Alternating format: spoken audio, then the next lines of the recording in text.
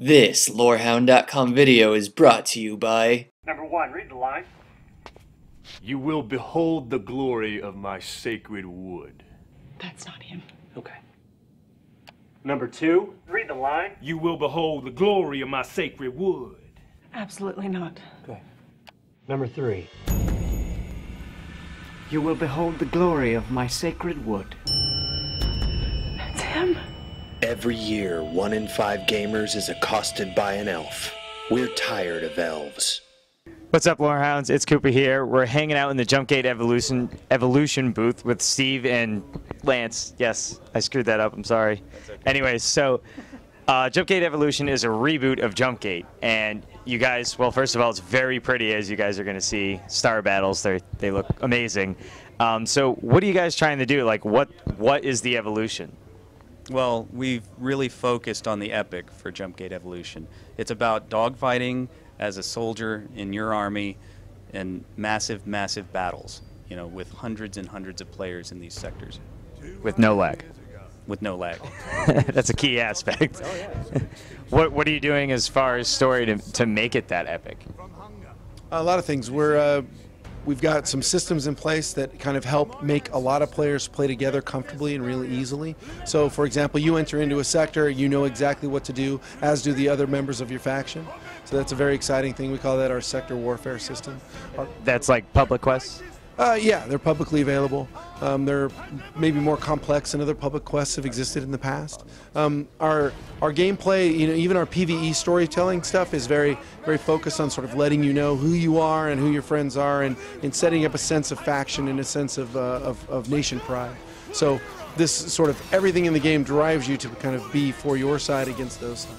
And I mean, the three factions are drastically different, and that's the kind of key point where the story jumps off, is you all have these very specific goals. So one's like militaristic, another is just all about business, and then there's one that's kind of like, I guess, warlords, like a society like that.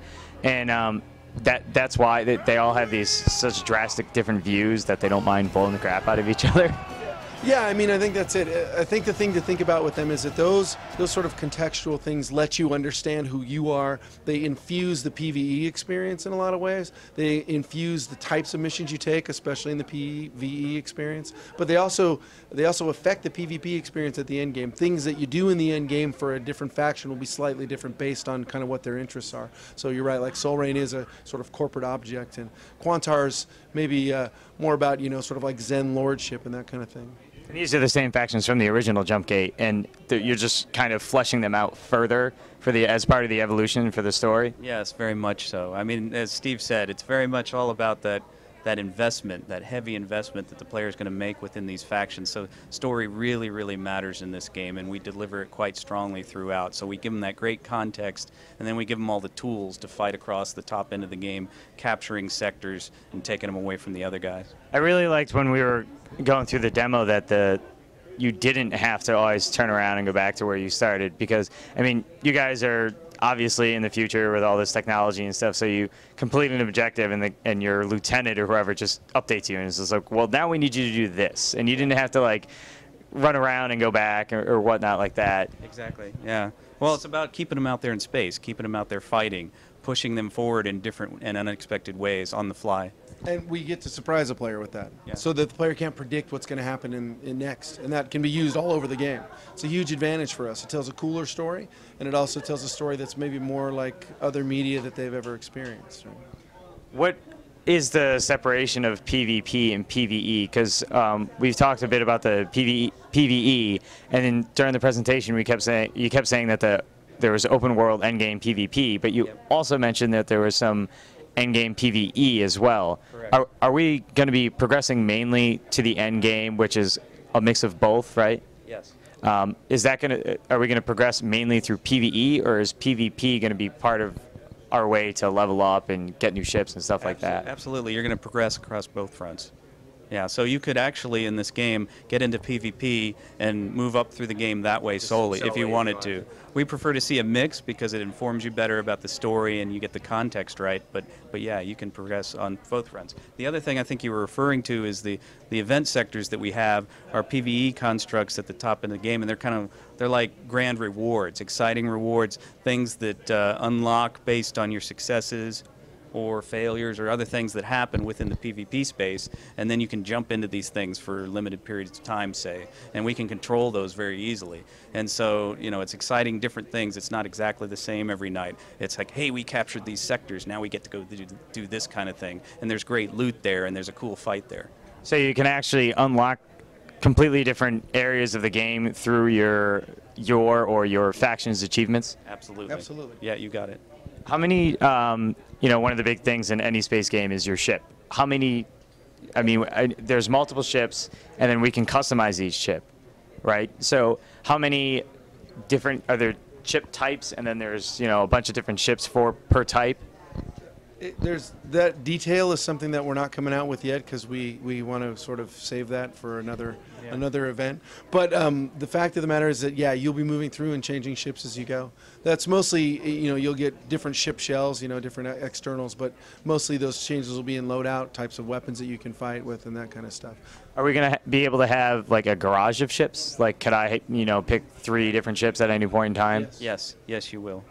And so depending on the scenario, I might go with some big giant battle cruiser types. The goal is that play style, that the type of style of play that you like will dictate the kind of loadout you want to use depending on what you're trying to accomplish. I mean, something that we should probably talk about here is that our combat in our game is very different than other MMOs because this is very FPS centric. It feels like an FPS. It's got MMO constructs all around it, like leveling and all those other traditional objects. But when you're fighting, it's about my ability to point and shoot and aim and all that. And because of that, loadout, play style, things like that you see maybe in another FPS game, those start to have a lot of relevance here in our game. So if, say you're not the greatest FPSer, is there a weapon that you could use, like some sort of homing weapon to be able to like help the fact that you're not a great Twitch gamer, but you still want to be able to help? Well, the game is meant to be very, very accessible. So, and you can see if you get a chance to play that in fact it is. So it's not very hard to fly. So you get very, very good at this over time.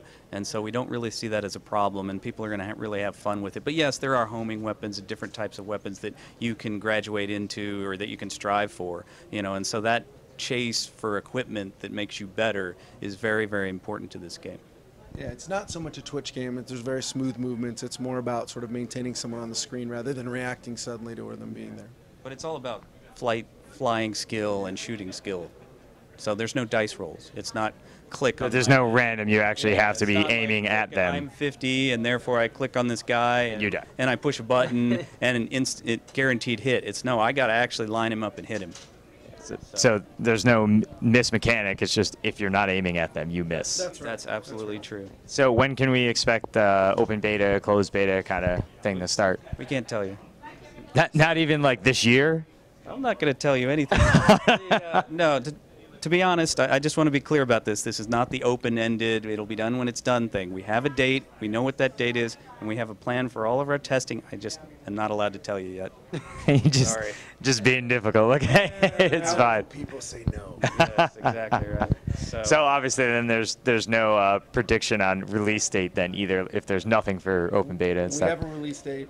In your head. We're just not telling anybody. I don't have to predict anything. I know what it is. But the thing is that it's important to note, we're back, right? And you're going to continually get updates from us in the future. This is the beginning of a sort of reemergence of this product to the public, and we're going to continually be giving updates to people as we move along. So you're not going to disappear for 3 months after E3. We'll have a release date that we will announce, and that will be the release date. Right, and so the reason that we're just not unloading everything we know about this game right now is so that we can continue to, you know, bring things out, focus on them, and tell people about the details without, you know, unloading it all and then vanishing. Right.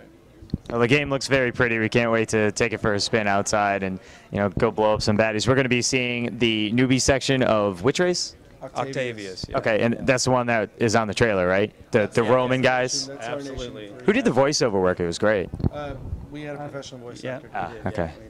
It was fantastic. Thanks a lot, guys. Can't wait. One other key point, if I could, I don't know if we mentioned it before, but nothing in Jumpgate is instance.